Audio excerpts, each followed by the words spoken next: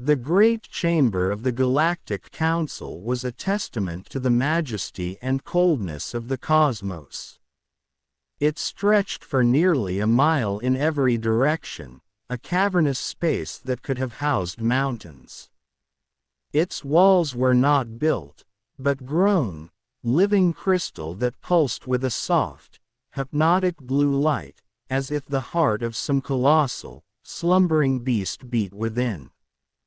The air hummed with 1,000 different chemistries, the subtle scent of ozone, exotic metals, and biological matter creating a tapestry of alien life. Hundreds of species filled the circular seats that rose toward the distant, star-dusted ceiling like the steps of an ancient arena. There were the silicon-based Galecs, their bodies like moving, polished obsidian, clicking in low, percussive conversation. The gaseous entities of Xylos floated in their containment fields, shifting through colors of thought and emotion. The furry, multi-limbed Tova argued with gentle, chiming sounds. They had come from every spiral arm, every nebula, every lonely star of the known galaxy, a convocation of minds and empires to discuss the dry, brutal arithmetic of territory, trade, and power. At the very center of this arena of titans stood Ambassador Zyth Culvin of the Valor and Dominion. He was tall and unnaturally thin, his gray skin stretched taut over a skeletal frame that culminated in a sharp point at the back of his skull.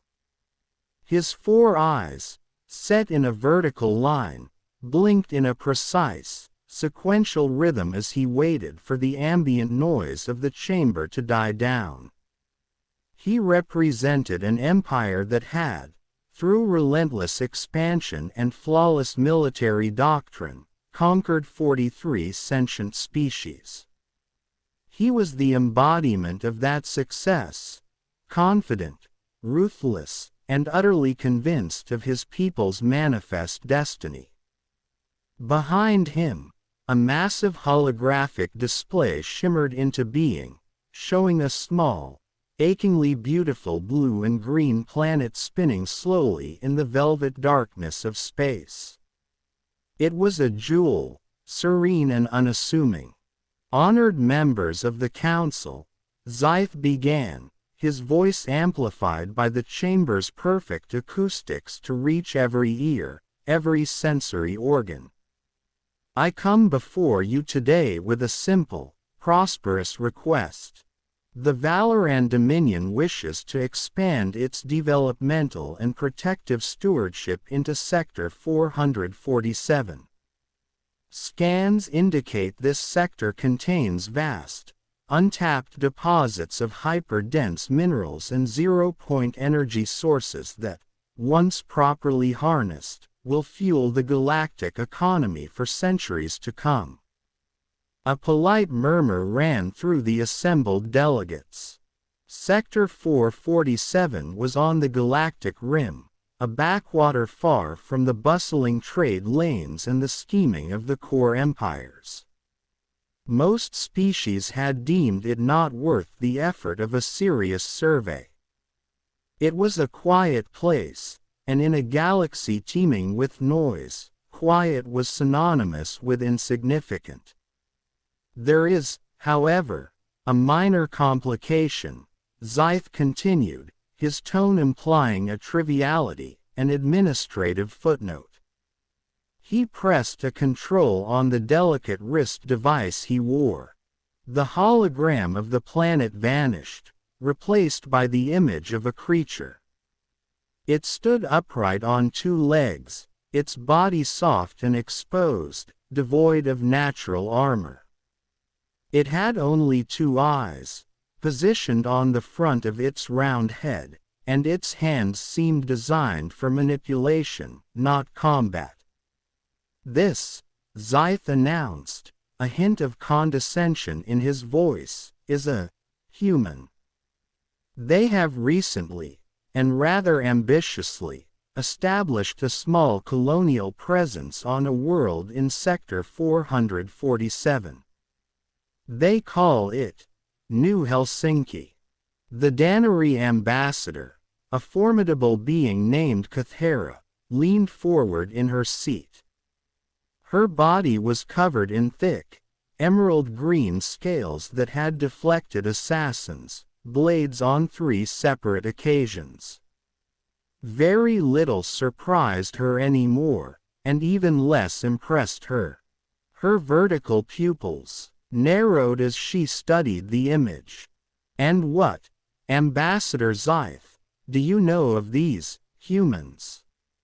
she asked, her voice a low, sibilant hiss that carried its own weight of authority.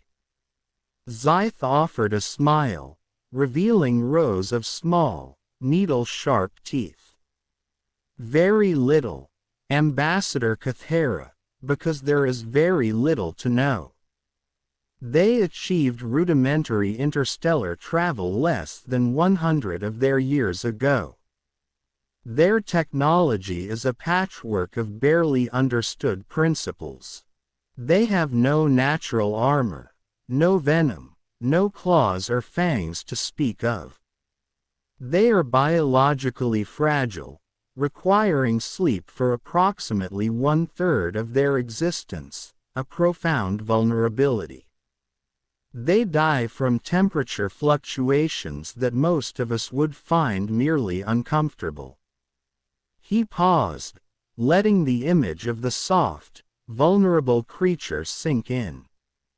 "They are, in the most simple and accurate terms, one of the weakest, most defenseless species we have ever encountered." A wave of laughter, tinged with relief and derision, rippled through the chamber. The Korvathi delegate, a massive creature with 4 powerful arms and skin like granite, slapped one of his stony knees with a sound like cracking rock. "And you need the council's approval to deal with these soft things," he bellowed, his voice echoing. "Just brush them aside and take what you want. Why waste our time with this?" Zyth nodded slowly, a gesture of patronizing agreement. "That is precisely what the Dominion intends to do. But our laws, and council protocol, however tedious, require that I formally inform this body before any military action is taken against a space-faring species, no matter how primitive or inconsequential they may be. I am merely asking for the Council's pro forma approval to claim the human colony and its resources for the betterment of the galaxy. If they resist this generous offer of integration, we will, of course, pacify them." The vote was as quick as it was predictable. One by one, without debate or second thought, the species of the Galactic Council pressed their approval buttons. A wave of green lights illuminated the chamber. The motion passed unanimously. No one objected. No one asked for a delay to study the humans further. The humans were simply too small, too weak, and too far away to matter. They were a footnote in the minutes of galactic history, about to be erased. As the delegates filed out of the chamber, their conversations already moving on to trade agreements and border disputes, the Dannery ambassador, Kathera, deliberately slowed her pace, falling into step beside Zyth. "A word of caution, Ambassador," she said quietly, her voice for his auditory organs only. Zyth did not break his stride. "Ambassador Kathera, I trust you are satisfied with the outcome. Outcomes are often seeds that bear unexpected fruit," she replied cryptically. "I once read a file on these humans. A small one, buried in our xenological archives. They have an Interesting history. Zyth waved a slender, dismissive hand.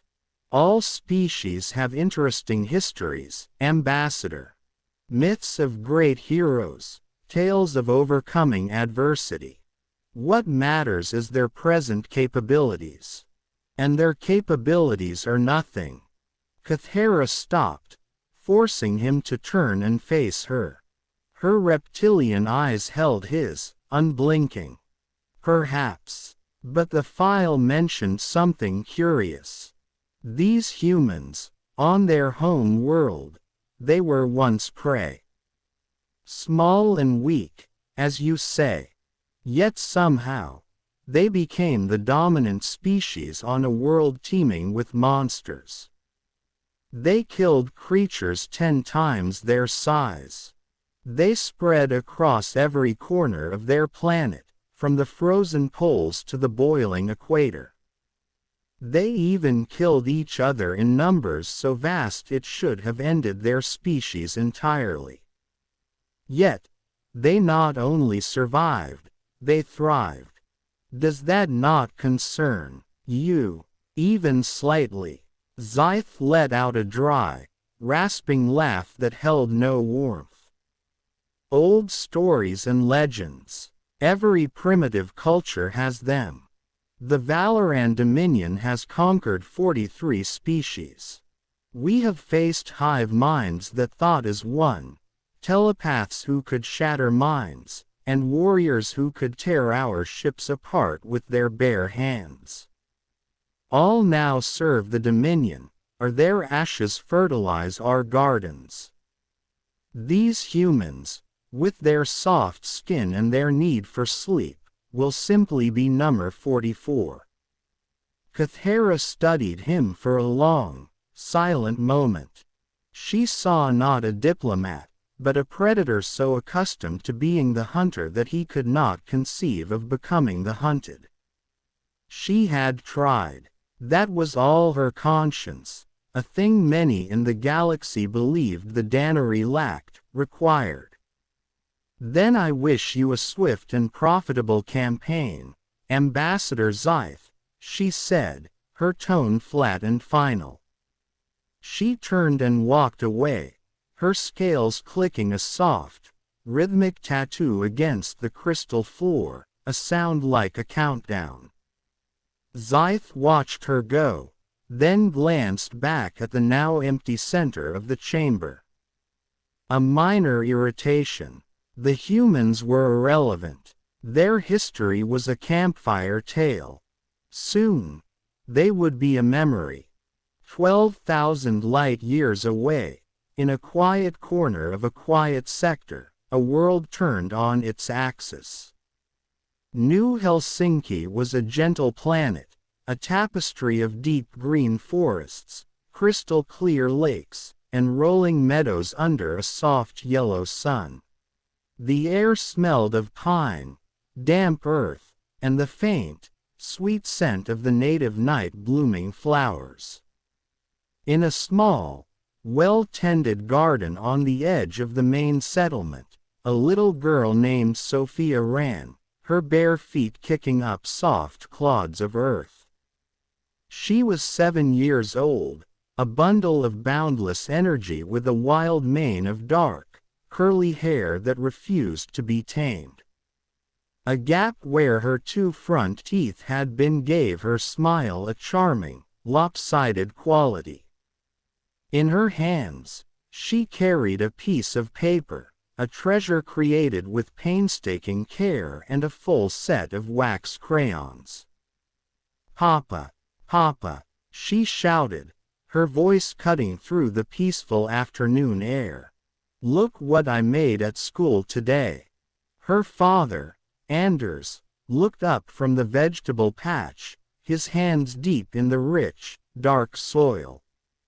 He was a tall man, built more for building and farming than for fighting, with kind eyes that crinkled at the corners and a strength that was more about endurance than brute force. He had come to New Helsinki 15 years ago as part of the first, hopeful wave of colonists. He had helped pour the foundations for the community center, had helped raise the solar grids that powered their homes, and had planted the first saplings in this very garden. He had met his wife, Maria, here, their love story written in the shared labor of building a new world. Together, they had created a life, a home, a future. "What do you have there, my little star?" he asked, his voice a warm rumble as he wiped his earthy hands on his worn trousers. Sophia thrust the paper toward him, her eyes shining with pride. It was a drawing of 4 stick figures, their hands linked in an unbreakable chain. They stood under a large, yellow sun with a smiling face, next to a house that was more lopsided square than rectangle. "It's us," she declared. "That's you, and that's Mama, and that's baby Eric, and that's me. We're holding hands forever." Anders felt his heart swell with a love so profound it was almost painful. He saw not just a child's drawing, but a testament to everything they had built. A family, a home, a place of safety and love. He bent down and scooped her into his arms, holding her close, breathing in the scent of sunshine and childish innocence. "It's beautiful, Sophia," he whispered, his voice thick with emotion. "The most beautiful thing I've ever seen. We have to put this on the wall, right in the kitchen, where we can see it every day." From inside the house, Maria's voice called out, warm and melodic. "Dinner is ready. Come inside before it gets cold." Anders carried Sophia toward the house, her head resting on his shoulder. The sun was beginning its descent, painting the sky in breathtaking shades of orange, pink, and deep purple. In the distance, he could see the lights of the colony's main settlement beginning to flicker on, a constellation of human warmth against the gathering twilight. 30,000 people lived on New Helsinki. It wasn't a big number by galactic standards, a mere speck. But to Anders, each light represented a story, a friend, a shared dream. It felt like everything. They sat down at the wooden dinner table together, an island of light and warmth in the gentle night. Maria had made a hearty stew from the vegetables in their garden, and the smell filled the small, cozy home. Baby Eric, now 1 year old, sat in his high chair, gleefully making a mess with his food, his giggles a melody of pure joy. Sophia talked endlessly, a bubbling stream of consciousness about her day at school, about her friends, about a bright blue butterfly she had seen during lunch. It was an ordinary evening. A perfect evening. The kind of evening that builds civilizations and fills souls with contentment. It was the culmination of generations of human struggle and hope. None of them noticed the subtle shift in the night sky. None of them saw the stars begin to wink out, one by one, not from clouds, but from the immense, silent shapes that slid into orbit, blocking out the starlight. They were mothers, fathers, children, farmers, engineers, teachers. They were not soldiers. They were not looking for a fight. The first explosion shattered the world. It came without warning, a roar of pure, annihilating force that blasted the windows of their home inward in a shower of glittering, deadly shards. Anders' body moved before his mind could process the sound, throwing himself over Sophia, shielding her with his own. Maria screamed, a raw sound of terror, and lunged for Eric, pulling him from his high chair. The ground shook as more explosions rocked the colony, each one a hammer blow against the fragile peace they had built. Through the shattered window, Anders could see the sky was now filled with ships. They were enormous, geometric, and alien, each one larger than the colony's largest building. Cold, actinic lights flashed from their undersides, and wherever those lights touched the ground, the earth erupted in geysers of fire and debris. "We have to run," Anders yelled, his voice steady despite the primal fear clawing at his heart. "We have to get to the bunkers." They stumbled out into a scene from hell. The air was thick with smoke, the screams of the wounded and the dying, and the deafening crump of distant impacts. People were everywhere, running, crying, calling out for loved ones who would never answer. Anders saw the school he had helped build collapse into a pile of dust and splinters. He saw the hospital, the one Maria had worked in as a nurse, take a direct hit and vanish in a fireball that lit the entire settlement in a ghastly orange glow. He saw neighbors, people he had shared meals and dreams with, turn to ash in an instant. He ran faster, holding Sophia's small hand so tight he feared he might break it. Maria was just behind him, clutching Eric to her chest, her face a mask of terror and determination. The community bunker was only 3 blocks away. They were so close. Anders could see the reinforced entrance, could see other families, their faces pale with shock, rushing inside. Just a little further. Just a few more steps. "We're going to make it." The light found them. It was not like the explosion's fire.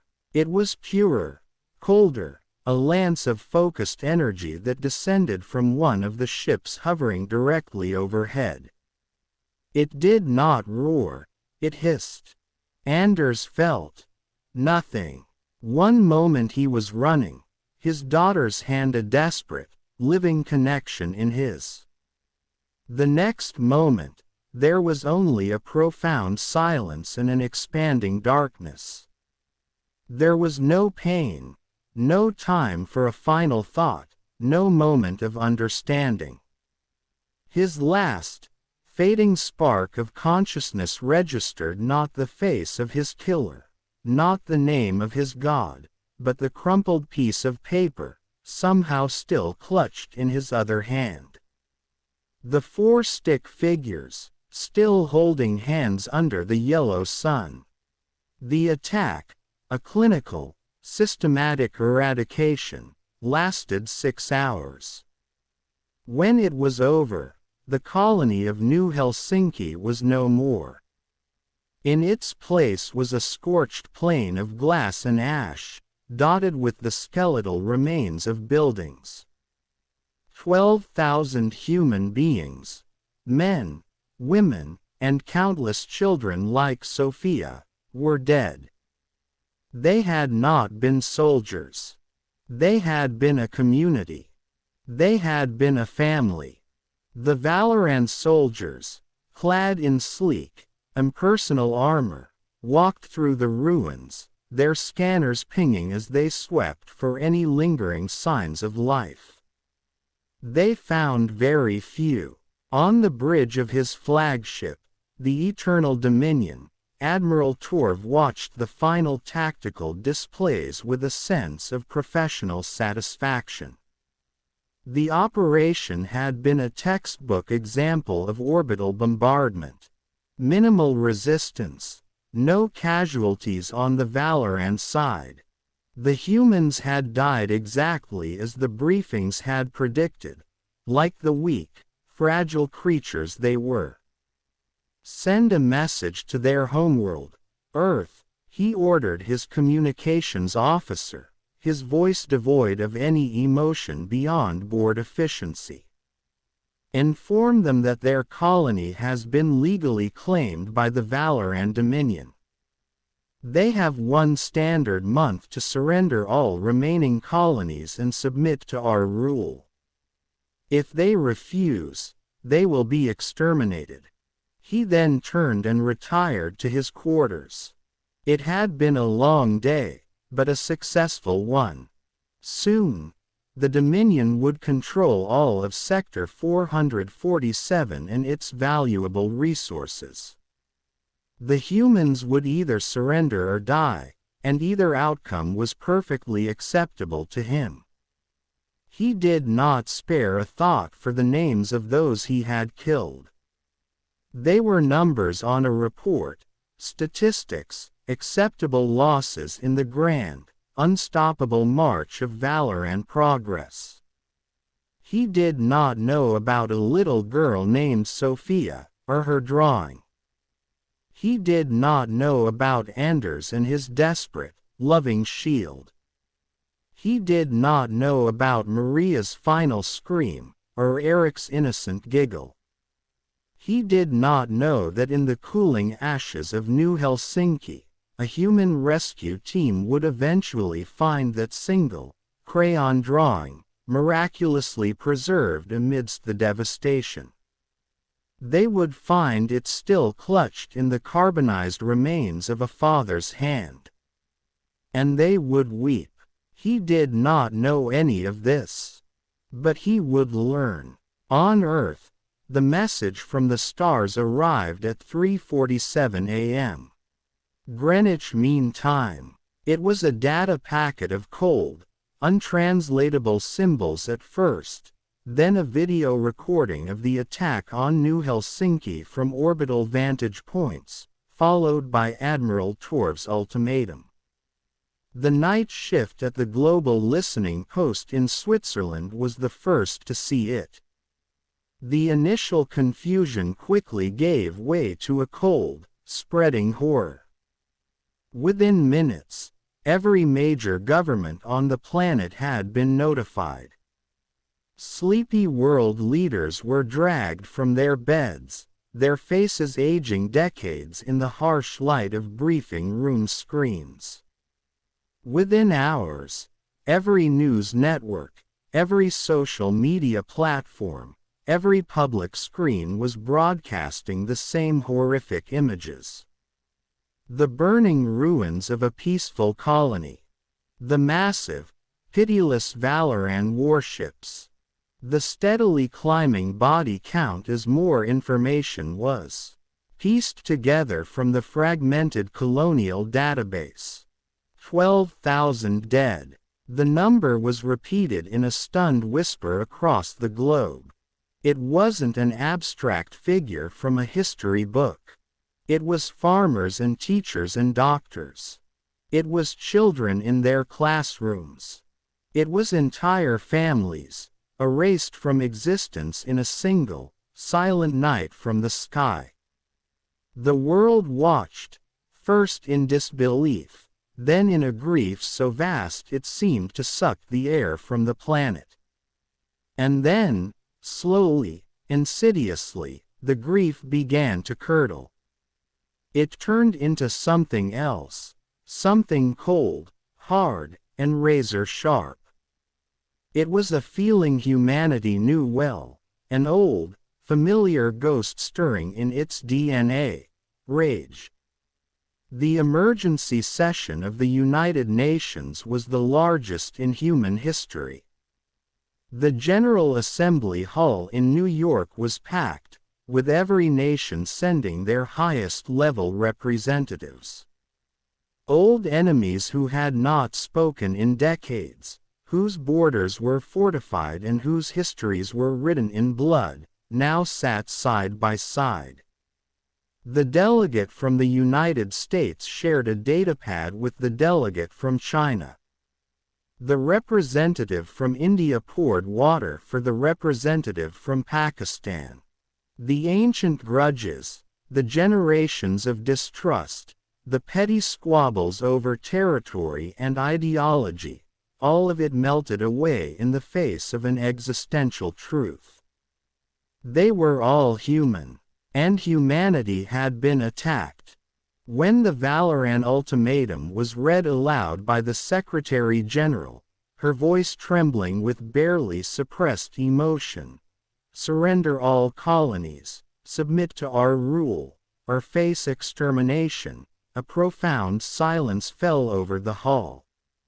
It was a silence so deep and heavy it felt like a physical weight. Then, from the back of the room, someone laughed. It was not a laugh of joy or humor. It was a bleak, cynical, and utterly terrifying sound.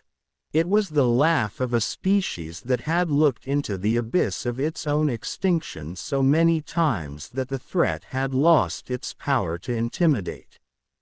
It was the laugh that comes before the violence, the laugh that means someone has made a terrible, terminal miscalculation. One by one, other voices joined in. A low chuckle from the Russian delegation. A sharp, bitter bark from the Israeli contingent. The laughter spread, growing louder, more unified, until it echoed off the marble walls of the hall, a cacophony of defiance. Delegates from countries that had been at war for centuries laughed together. They laughed at the absurdity of the demand.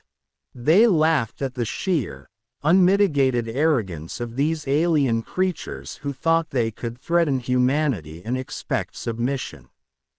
When the laughter finally died down, leaving behind a charged, electric calm, the Secretary General rose to speak again.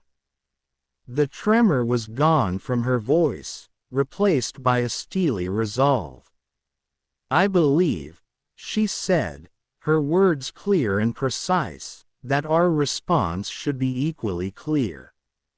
The vote was not just unanimous, it was instantaneous. There were no abstentions, no debates. The response was composed and sent back along the same communication channel the Valorans had used. It contained a single word, translated into every language and mathematical symbol system the planet's most powerful computers could identify. "No." On the Eternal Dominion, Admiral Torv received the human response with confusion. He had been reviewing projections for the mineral yields of Sector 447. "Just one word," he asked his communications officer, his 4 eyes blinking in sequence. "Nothing else. No counter-offer. No plea for mercy. Nothing else, Admiral," the officer replied. "Just the word, no." Torv frowned. This was not how conquered species behaved. In his 43 previous campaigns, they had always begged. They had bargained. They had offered tribute, resources, their own people as slaves. Anything to avoid total destruction. They did not simply refuse. "Perhaps they do not fully comprehend the situation," he said finally. "Their translation software may be faulty. Send another message. Explain in excruciating detail what will happen to their remaining worlds if they do not comply. Use simple visuals."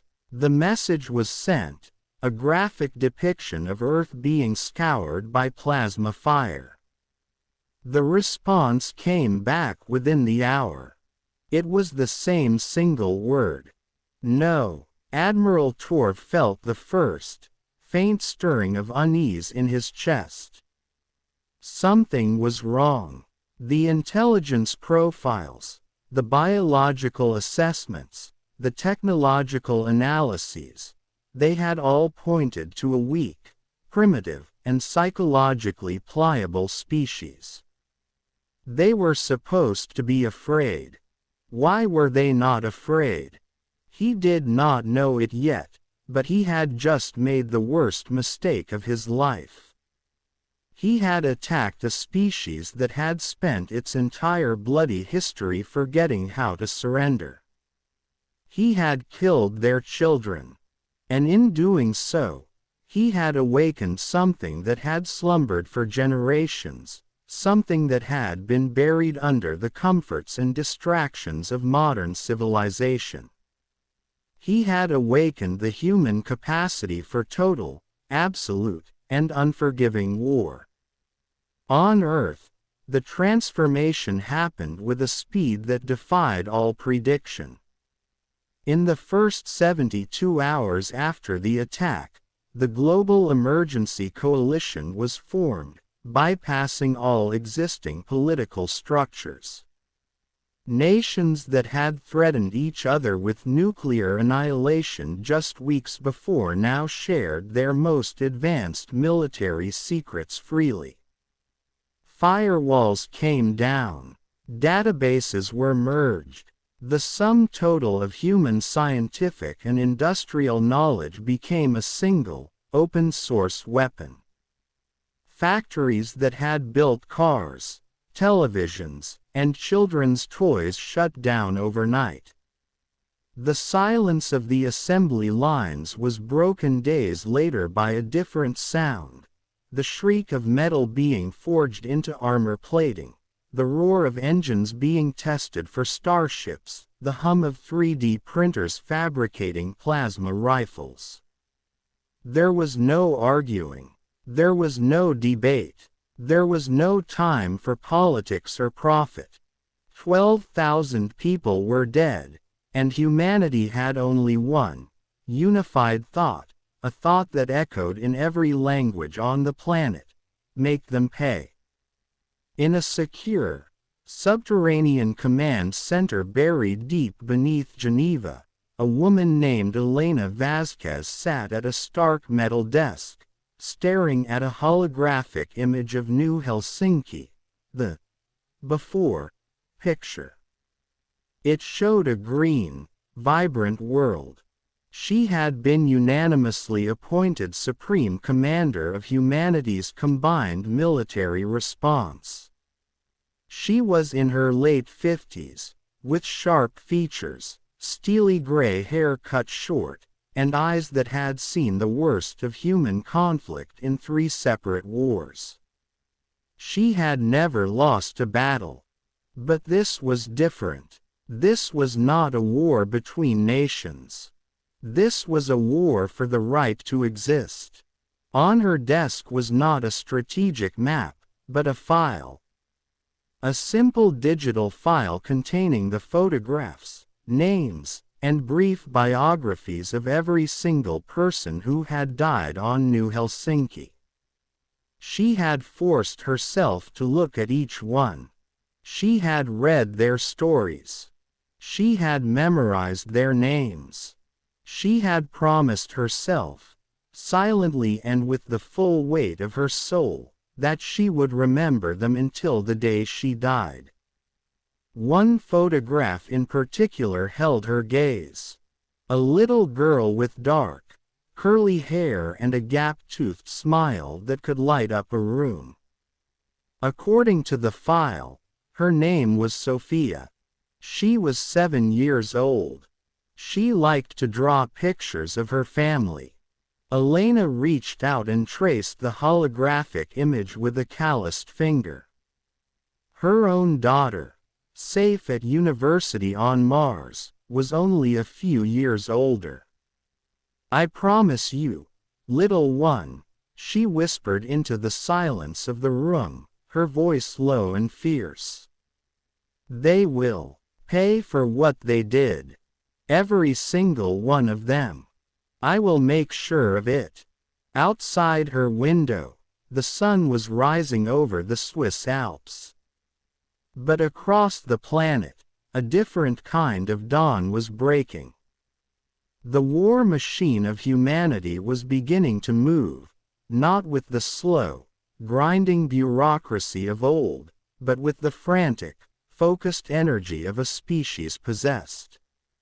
Ships that had been mothballed after the last interplanetary skirmish were being reactivated, their hulls stripped and refitted with every weapon system the combined minds of Earth could devise. Designs for warships that had existed only as theoretical concepts in Pentagon and PLA servers were being sent to shipyards. In orbit, zero-gravity factories that once assembled communications satellites now welded together the thick armor plating of dreadnoughts. Weapons that had been banned by international treaty for a century were pulled from sealed vaults, their designs scanned, improved, and put into mass production. This was not the time for ethical debates. This was the time for results. And the people were the true engine. Recruitment centers in every city, on every continent, were flooded. The lines stretched for blocks. Young men and women, old soldiers with fire back in their eyes, engineers, pilots, mechanics, they came in a relentless tide. They were not motivated by glory or conquest. They were motivated by the faces on their screens, by the names of the dead. They were motivated by a cold, pure fury that transcended patriotism. They were human, and their family had been attacked.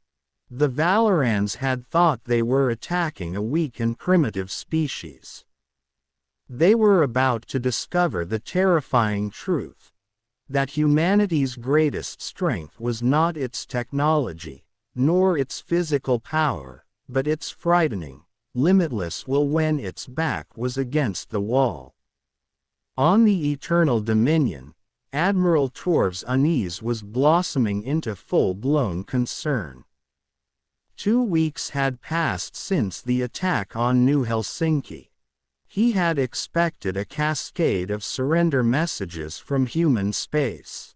Instead, there was only silence, a silence more menacing than any threat.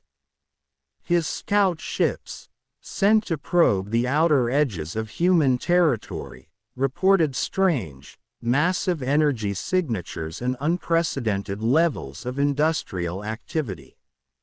The few scouts that ventured closer did not return. "I want a full intelligence reassessment," he ordered his chief science officer, a slender, analytical female named Sithix whose specialty was xenopsychology and biological warfare. "Everything we have on these humans. Their psychology, their history, their societal structures. Something is fundamentally wrong with our initial analysis, and I need to understand what it is." Sithix and her team worked for 3 days straight, collating data from every source available to the Dominion, including intercepted human transmissions and the fragmented colonial database from New Helsinki. When she finally presented her report in the Admiral's private briefing room, her demeanor was uncharacteristically grim.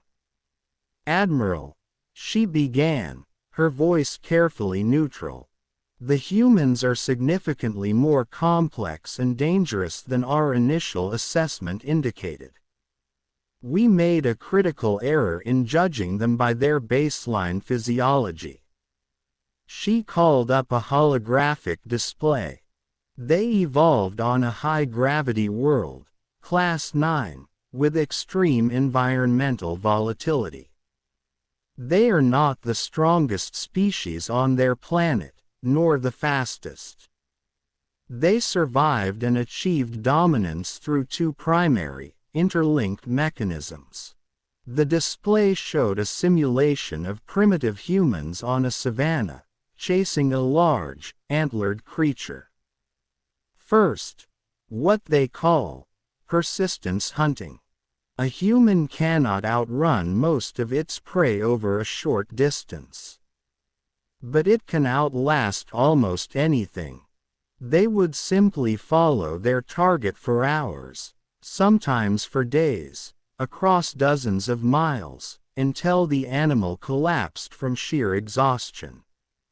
Their bodies are not designed for explosive power, but for relentless endurance. They sweat to cool themselves.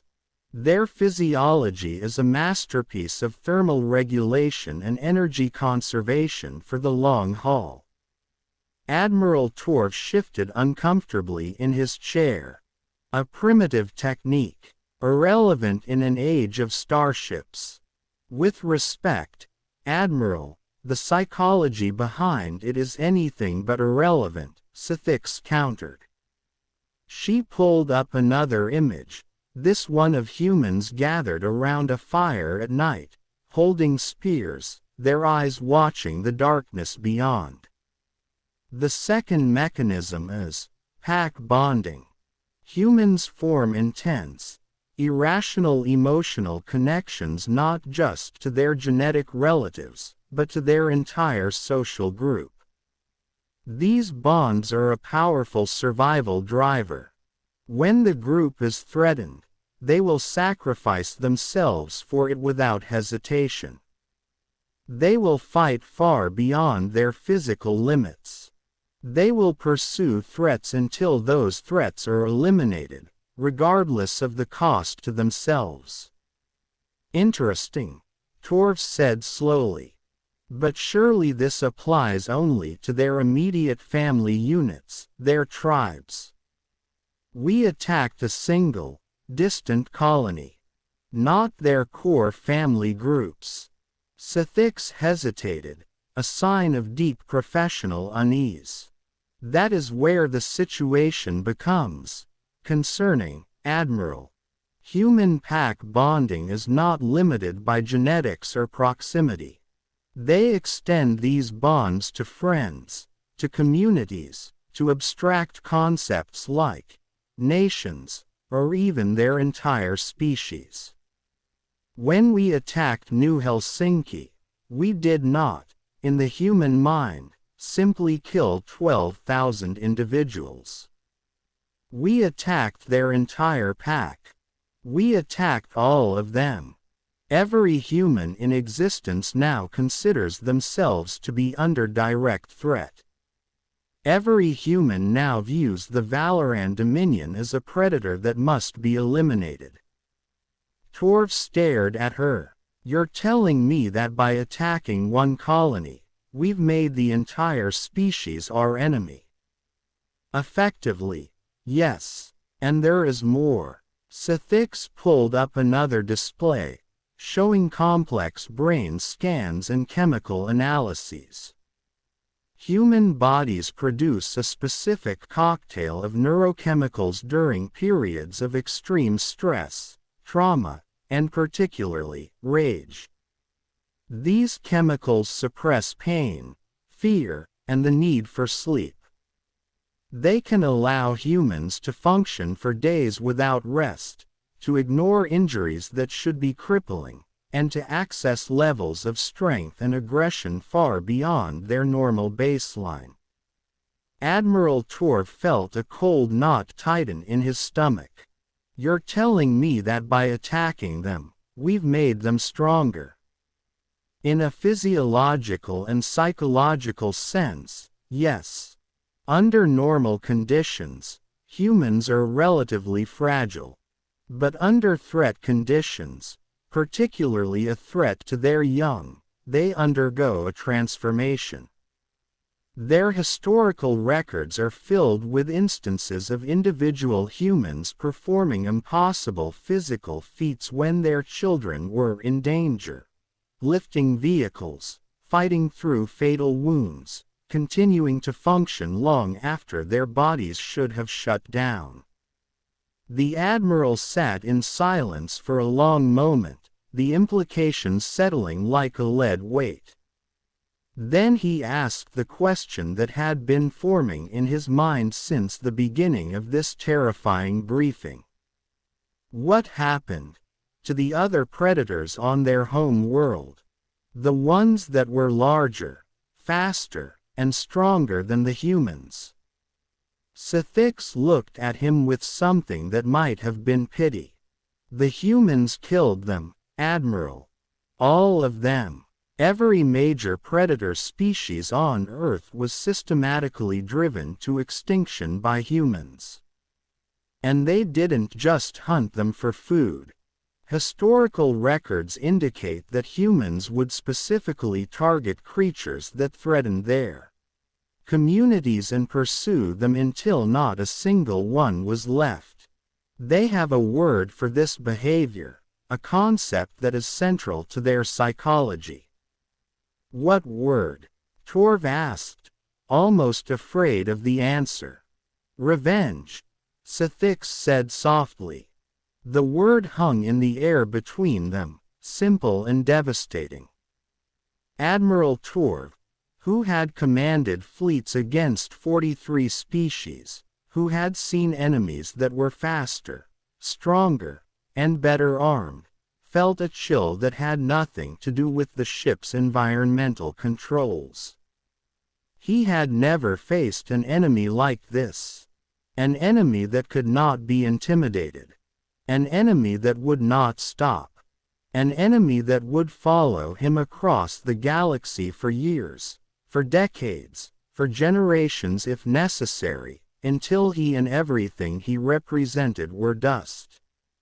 How long? He asked, his voice hoarse. How long until we can expect a major counterattack? Sithix checked her datapad. Based on their observed industrial capacity and the current acceleration of their activities, our projections suggest a minimum of 6 months. Possibly as long as a standard year. That gives us time to prepare our defensive. With respect, Admiral, I don't think you understand. Sithix interrupted him, a breach of protocol that showed her level of alarm. She pulled up one final graph.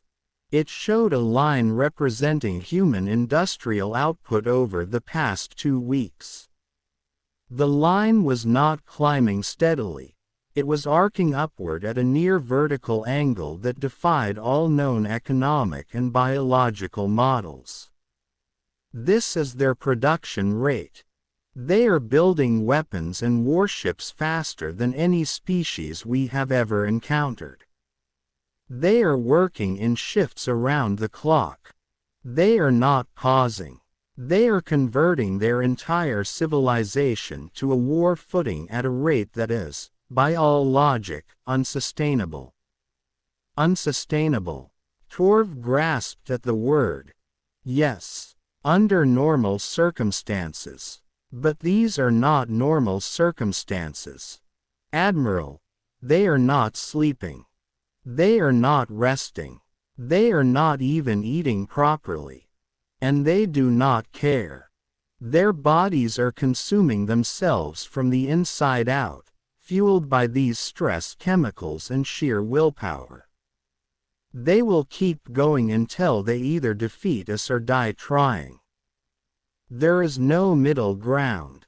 As Sithix left the room, Admiral Torv walked to the large viewport in his quarters and stared out at the star-dusted blackness. Somewhere out there, in that immense darkness, a species was transforming itself into a weapon aimed directly at his heart.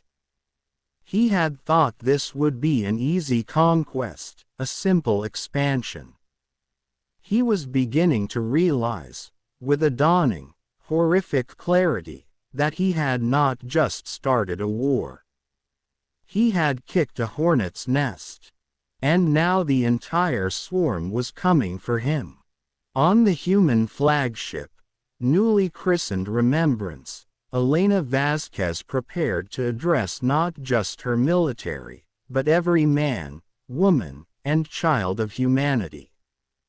The broadcast would be carried on every channel, to every colony, to every ship. She stood in front of a simple camera, the bridge of her ship a silent, purposeful hum behind her. On the wall behind her, a single image was projected, enlarged and revered, Sophia's drawing. Her face, lined with the weight of command and shared grief, was calm. But her eyes held a fire that could ignite suns. "Citizens of Earth," she began, her voice not a scream, but a low, carrying force.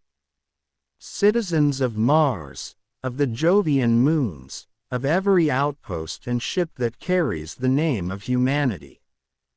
You know why I speak to you today. You know what was done to our people on New Helsinki. You know what the Valorans demand of us." She paused, letting the memory of the horror settle in the chest of every listener. "They think we are weak," she stated, the words dripping with cold irony. "They have studied our bodies and found them fragile. They have measured our technology and found it primitive. They have looked upon us and seen prey." She leaned slightly into the camera, her gaze intensifying. "They are wrong." A holographic display to her side lit up, showing graphs of production, ship construction, and resource allocation, all climbing at impossible angles. "In 2 weeks, we have done what should have taken us 2 decades. We have united our entire species, a feat that has eluded us for all of recorded history. We have rebuilt our industries from the ground up. We have created weapons and ships and armor that will make the Valorans regret the day they first heard the word human." She gestured to the statistics. "Some of you are in factories right now, your hands building the instruments of justice for New Helsinki. Some of you are in training camps, hardening your bodies and spirits for the fight to come. Some of you are at home, caring for the children, the families of those who have gone to war. Every single one of you has a role to play. And every single one of you is playing it." Her voice softened, becoming almost intimate, a mother speaking to her family in the dead of night. "I know you are tired. I know you are grieving. I know that in the quiet moments, you wonder if we can really do this. If we can stand against an empire that has conquered 43 species and never lost." Then, she smiled. It was a cold, terrible, and beautiful smile. "Let me tell you something about those 43 species. They surrendered. They saw the Valoran fleet. They calculated the odds, and they decided that fighting was not worth the cost. They valued their immediate survival more than their pride, more than their freedom." She shook her head slowly, the smile vanishing. "We are not like them. We have never been like them. When someone threatens our families, we do not calculate odds. We do not weigh costs. We do not surrender. We fight. We fight until we win, or until there is no one left to fight. This is who we are. This is who we have always been." She turned and pointed at the child's drawing behind her. Sophia was 7 years old. She drew this picture for her father on the last day of her life. 4 stick figures, holding hands under a yellow sun. A family. Her family. One of 12,000 families that were erased by the Valorans. Her voice cracked, the first sign of the bottomless grief beneath the commander's steel. "We will remember them. Every single one. We will carry their names into battle. We will speak them before every engagement. And when we finally stand victorious over the Valoran Dominion, we will make sure the galaxy never, ever forgets what was done here, and what it cost. She straightened, the moment of vulnerability passing, replaced by an iron resolve. The Valorans wanted a war. They thought it would be easy. They thought we would break. She leaned toward the camera one final time, her face filling screens across human space, her eyes burning with a promise. They have no idea what they have unleashed. They attacked our children. They murdered our families. And now, they will learn what humanity does to those who threaten what we love. She stepped back. We are coming for them. With every ship, every soldier, every weapon we can build. We will not stop. We will not rest. We will not forgive. Her final words were a whisper that carried the force of a supernova. They wanted war. Now they will have it. And when it is over, the galaxy will know that humanity is not prey. We are the predators. We always have been. And the Valorans have just made themselves our prey. The transmission ended. Across human space, in factories, on ships, in homes, there was a moment of profound silence. Then, as one, humanity turned back to its work. The welders' torches flared brighter. The engine tests roared louder. The drills were executed with sharper precision. A silent, collective vow had been made. The first sign that the Valoran Dominion was facing something new came at 0300 hours, station time. Cathris 7 was a key mining outpost on the edge of their territory, a jagged asteroid home to 3,000 workers and a garrison of 500 soldiers. It was considered a safe, rear-echelon posting. Private Vent was on patrol in a dimly lit corridor when the lights died. Not a flicker, not a brownout. One moment, the station was alive and humming. The next, it was plunged into absolute, suffocating darkness. His comms were dead. His weapons targeting system was offline. Even the emergency luminescence failed to activate. Control. Control. Do you copy? He whispered into the dead mic, his voice swallowed by the silence. He stood frozen, listening. His species had evolved in the dim caves of Valoria Prime, and his eyes adjusted quickly. He could make out the shapes of the corridor. And something else. A tall, bipedal figure standing at the far end, perfectly still. Identify yourself. Vent barked, raising his useless rifle. The figure didn't move. Vent took a cautious step forward, his training warring with a primal fear. He blinked. The figure was gone. A whisper, right beside his ear, in a language he didn't understand, spoken in a voice that was cold and flat. For Sophia, something struck the base of his skull. Private Vent knew nothing more. Commander Yethix was reviewing supply manifests when the alarm finally sounded, a full hour later. By then, it was far too late. Report. He barked, storming onto the command center.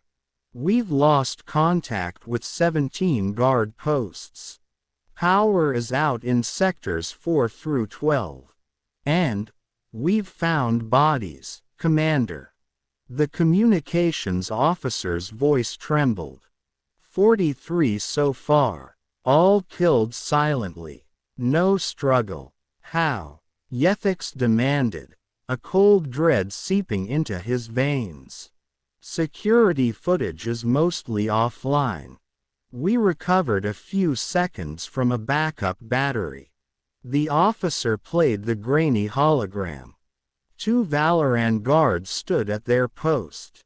Then, moving with a blurring speed that defied physics, a shadow emerged from a ventilation shaft behind them. 2 precise, brutal movements.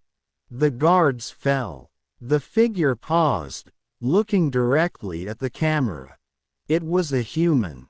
Its face was streaked with black and green paint, its eyes empty of anything but cold purpose. It raised a hand, not in a weapon, but in a gesture Yethix would later learn was a salute. Then the feed died. How many of them are there? Yethix asked, his voice hollow. We don't know. Sensors are jammed, but based on the attack patterns, we think no more than 12. 12. Yethix couldn't process it. 12 humans have done this. They're not normal soldiers, Commander. They move like ghosts. They don't use the corridors. They use the infrastructure we built. Maintenance shafts, coolant lines, spaces we thought were too small. And they don't stop. We've shot some confirmed hits, but they keep going. One took a plasma bolt to the shoulder and remained operational for 6 hours. We only know because we found the blood trail. They carry their wounded with them. Yethix sank into his chair. This wasn't war. It was a hunt. And on Cathris 7, the Valorans were the prey. In the darkness, Sergeant Maria Chen moved with the silence of a thought. 16 hours without sleep, her shoulder a dull, throbbing ache from the plasma graze she'd sealed with biofoam. The mission was all that mattered. Her squad, the best of Earth's special forces, had been the first to volunteer for this deep strike mission. They had trained for years in orbital drop assaults and zero-G combat, but this was different. This was personal. She paused at a junction, her enhanced hearing picking up the heavy, clumsy footfalls of a Valoran patrol. She signaled her team, 2 fingers pointing left. 3 shadows converged from the darkness. There was no sound beyond a brief, choked gurgle. Maria stepped over the bodies. She no longer saw faces, only targets. In her mind, a litany played, a scroll of names she had been forced to memorize before deployment. Sophia, Anders, Maria, Eric, on and on, 12,000 names, a river of the dead flowing through her consciousness, giving her strength, pushing back the pain and exhaustion. She was not just a soldier. She was an avenging angel. And she would not stop until the message was delivered. In the space above Cathris 7, the Valoran relief fleet arrived, 30 powerful warships, expecting to crush any human force. Instead, they found an asteroid field that had been declared inert. Evasive action. The Valoran fleet commander screamed as the asteroids began to move, revealing themselves to be hollowed-out bombs, pushed into position over weeks by silent human tugs. 3 ships vanished in the first blast. Then the human fleet appeared. Only 20 ships. The Valorans should have won. But the humans did not fight by the rules. They ignored flanking maneuvers. They took suicidal risks. 1 human destroyer, its engines dead and its bridge open to vacuum, deliberately rammed itself into the hangar bay of a Valoran carrier. The resulting chain reaction destroyed both vessels in a silent, blossoming flower of fire. "They're insane," the Valoran commander whispered. He was wrong. They were not insane. They were playing a different game, where victory was measured in blood, not preserved assets. The battle was a bloody draw by the ledger of ships lost. But in the only metric that mattered to humanity, it was a victory. They had drawn blood. They had proven the Valorans could be hurt. The Galactic Council chamber was silent as a tomb. Ambassador Zyth Colvin stood in the same spot, but he was a broken specter of his former self. His gray skin was sallow, his robes stained and rumpled. He looked like a creature being hunted, because he was. "Honored members," he began, his voice a rasp. "I come before you to beg for assistance. The Valoran Dominion faces extinction from a threat we cannot contain. The humans, they must be stopped." The Danari ambassador, Kathera, leaned forward, her scales glinting. "Ambassador Zyth, perhaps you could remind the Council how this situation began." "That is not relevant," Zyth snapped, desperation cracking his composure. "I disagree," Kathera hissed. "It is the only thing that is relevant." She turned to the assembled delegates. "He came here 2 years ago and asked for permission to wipe out a colony of a species he described as weak and primitive. He spoke of pacification. He did not mention that the colony was undefended. He did not mention the children." Zyth stood frozen, exposed. "Without mercy," Kathera repeated slowly. "Without restraint." Interesting words. "Tell me, Ambassador, how would you describe the attack on New Helsinki?"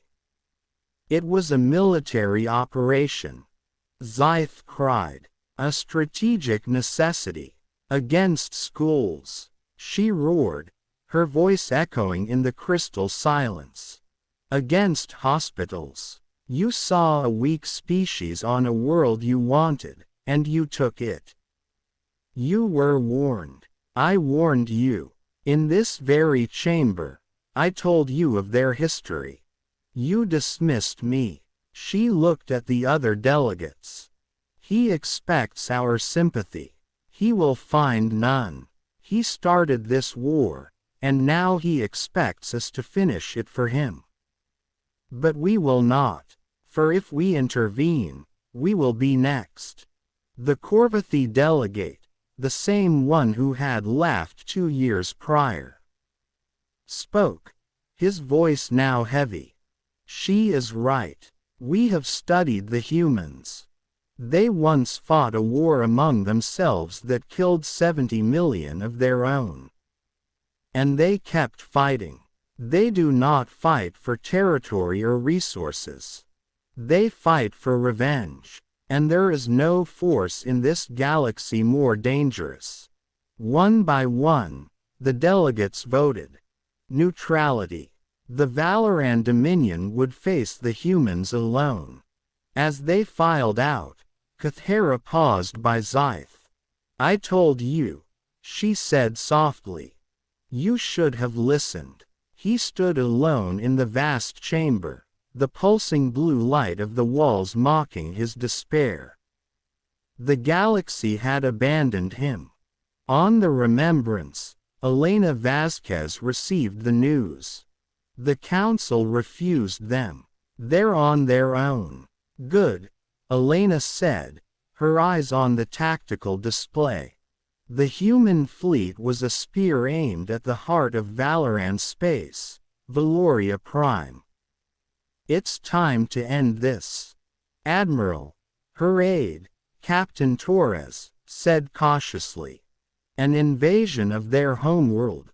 The casualties. Elena turned, and in her hand was Sophia's drawing, now laminated but worn soft at the edges. Surrenders don't bring back the dead, Captain. We end this. Completely. We make sure they can never, ever do this again. Begin the final offensive. The order went out. Across conquered space, human ships turned their prows toward the core. It was no longer a war of raids and attrition. It was a crusade. Valoria Prime did not burn. The human fleet took orbital supremacy with brutal, surgical efficiency, targeting only military installations. The contrast to New Helsinki was a lesson in itself. Admiral Torv, on the bridge of his crippled flagship, received a message. Elena Vasquez's face appeared on his screen. Admiral Torv, you have one chance to surrender. Our terms are non-negotiable. First, the complete disarmament of your forces. Second, every individual involved in the attack on New Helsinki will be tried for crimes against humanity. This includes you. Torv, a broken man staring at the end of his civilization, nodded slowly. We accept. The surrender was signed in the great plaza of the Valoran capital. Torv and his high command knelt. Above them, a hologram displayed the 12,000 faces of the dead, scrolling slowly. Elena spoke, her voice carrying across the planet. We gather to end a war that should never have begun. You killed 12,000 innocents. You expected surrender. You were wrong. She pointed to the faces. You will learn these names. Your children will learn them. Your civilization will remember them for as long as it exists. This is the price. This is the guarantee it never happens again. She walked to Torv, her voice dropping. I wanted to kill you. I dreamed of it, but then I thought of a little girl who drew pictures. She would not want more death.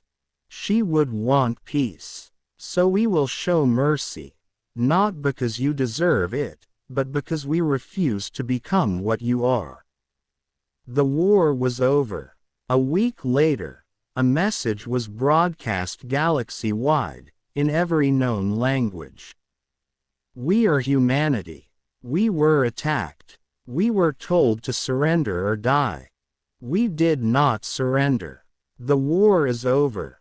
We do not seek conquest. We wish only to live in peace. The voice was calm, final. But if you attack us, if you harm our children, know this: there is no force in the galaxy that will protect you from what follows. We remember, and we do not forgive.